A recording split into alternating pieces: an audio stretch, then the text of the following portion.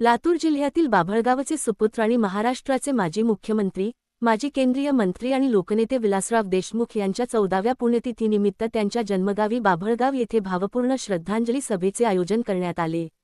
बाभळगाव येथील विलासबाग परिसरात शुक्रवारी सकाळी झालेल्या या कार्यक्रमाला हजारो नागरिक, काँग्रेस कार्यकर्ते, समर्थक तसेच विविध क्षेत्रांतील मान्यवर मोठ्या संख्येने उपस्थित होते.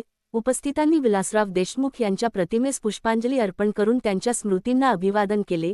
या श्रद्धांजली कार्यक्रमाला माजी मंत्री दिलीपराव देशमुख, काँग्रेसचे आमदार अमित देशमुख, खासदार डॉक्टर शिवाजी काळगे, माजी मंत्री तथा आमदार संजय बनसोडे, लातूरचे जिल्हाधिकारी डॉक्टर भारत बास्तेवाड यांच्यासह अनेक मान्यवर उपस्थित होते.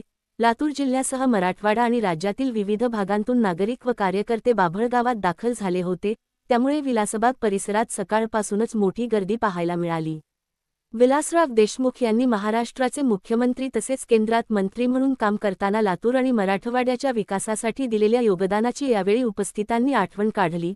पायाभूत सुविधा, शिक्षण, उद्योग, ग्रामीण विकास आणि सर्वसामान्यांच्या प्रश्नांबाबत त्यांची असलेली भूमिका तसेच सामान्य नागरिकांशी असलेले जिव्हाळ्याचे नाते यांचा विशेष उल्लेख करण्यात आला.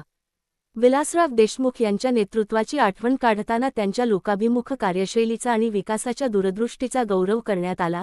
त्यांच्या कार्यामुळे लातूरच्या विकासाला मिळालेली दिशा आणि मराठवाड्याच्या विकासासाठी त्यांनी घेतलेल्या विविध निर्णयांची उपस्थितांनी उजळणी केली. 14व्या पुण्यतिथीनिमित्त बाभळगावात दिवसभर नागरिक आणि कार्यकर्त्यांची मोठी गर्दी राहिली.